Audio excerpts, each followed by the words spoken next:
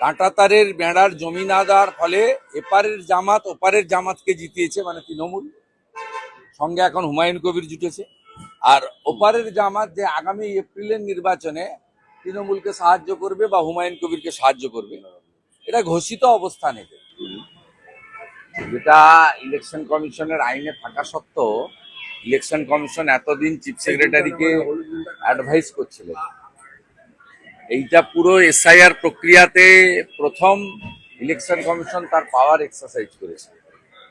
এরপরে election commission চাইলে FIR করতে পারে, এবং যে ইয়ারোরা 7 জন সাসপেন্ড হলেন আমরা জানি খুব বৈধভাবে উপযুক্ত কারণে করেছে। এরা ফেক স্কুল সার্টিফিকেট অ্যাকসেপ্ট করেছেন, এরা প্যান কার্ড অ্যাকসেপ্ট করেছেন,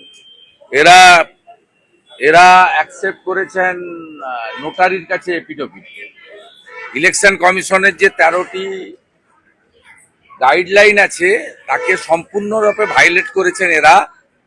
মূলত তৃণমূলের কথায়, ডিএম বা ডিইওদের চাপে, আর নন্দিনী চক্রবর্তীর ইশারাতে, আর নন্দিনী চক্রবর্তীকে দিয়ে পুরো র্যাকেটটা চালাচ্ছেন মুখ্যমন্ত্রী মমতা বন্দ্যোপাধ্যায়। এই যে ফর্ম 7 এর যে সমস্ত অভিযোগ আছে এগুলো দ্রুত নিষ্পত্তি করতে বলেছে কমিশন, মানে এটা নিয়ে কি হবে মনে করছে? না, তার তো পদ্ধতি আছে, আরপি অ্যাক্টে তো বলা আছে। ইলেকশন কমিশন এসআইআর প্রক্রিয়াতে সম্পূর্ণভাবে যা করেছেন তার সমস্ত সিস্টেম বলা আছে। এবারে সিস্টেমের বাইরে বিহার যায়নি, আপনি যাবেন কেন? কোন রাজ্যে, আমি অনেকবারই বলেছি, ইলেকশন কমিশনের কোনো ফাইল মুখ্যমন্ত্রীর টেবিলে যায় না, ওটা সরাসরি এক্সিকিউট করতে হয় অ্যাডমিনিস্ট্রেশনকে, যার নেতৃত্ব দেন চিফ সেক্রেটারি। এখানে মনোজ পন্থ থেকে নন্দিনী চক্রবর্তী এরা ইলেকশন কমিশন সংক্রান্ত সমস্ত ফাইল মুখ্যমন্ত্রীর কাছে পাঠান এবং মুখ্যমন্ত্রী সরাসরি হস্তক্ষেপ করেন, যেটা ভারতবর্ষের কোনো রাজ্য হয় না, এবং জাতীয় নির্বাচনের সময় প্রধানমন্ত্রীও করেন না, সেটা এই রাজ্যে করা হয়। তাই ইলেকশন কমিশন এই প্রথম টাইট দেওয়ার ব্যবস্থা নিয়েছেন, এবং মুখ্যমন্ত্রী যা করছেন পুরো এসআইআর প্রক্রিয়াতে বাংলাদেশি মুসলিমদের এবং রোহিঙ্গাদের বাঁচানোর জন্য করছেন। এটা বিরাট সংখ্যায় বাদ যাওয়া উচিত।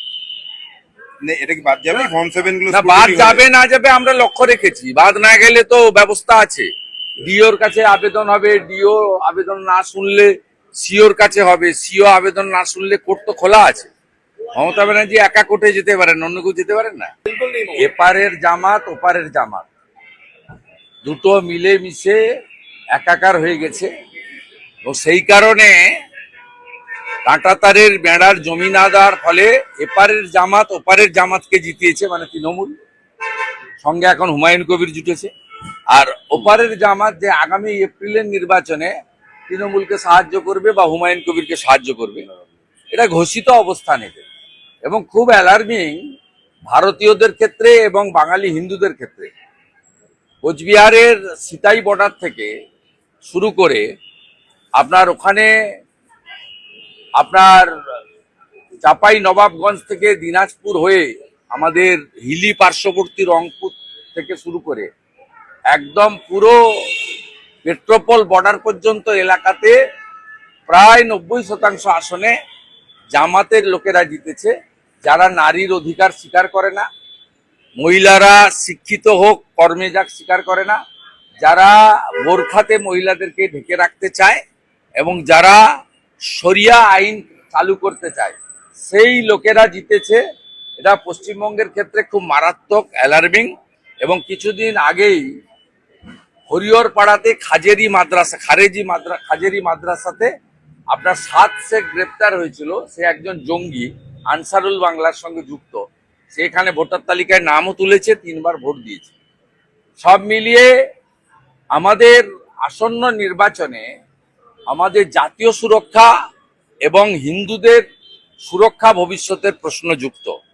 তাই পশ্চিমবাংলার রাষ্ট্রবাদীরা ঐক্যবদ্ধভাবে এবারের নির্বাচনে জামাত টুকে এখান থেকে উৎখাত করবেন, এই বিশ্বাস আমাদের আছে।